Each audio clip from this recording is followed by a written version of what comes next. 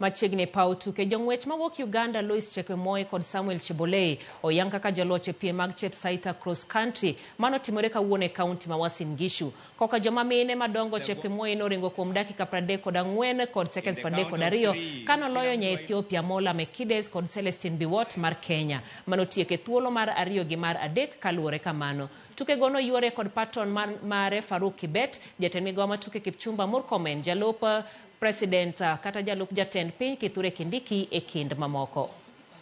However, the organizers have made an arrangement. First, let me start by saying this event is in the AK calendar, and probably this year we are the highest sponsors as a government of Kenya, particularly the Ministry of Sports. Through the Sports Fund, we have made a significant contribution.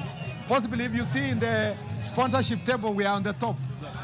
Because of the support we have given. It's a key to uplifting our people. Knowledge is never wasted. The only way to progress our society is to make sure that everybody has access to quality education. So it's a very noble. The future of our country lies in educated, informed population. And I think this is a great initiative and it should be emulated throughout the country. Onge mar konde tiegruok mar bero talanta mag tuke kata Sports Academy en achiel kuom gigo mathiro mich mar tugo e kaunti ma Homa Bay. Kanolose sach nyasi mar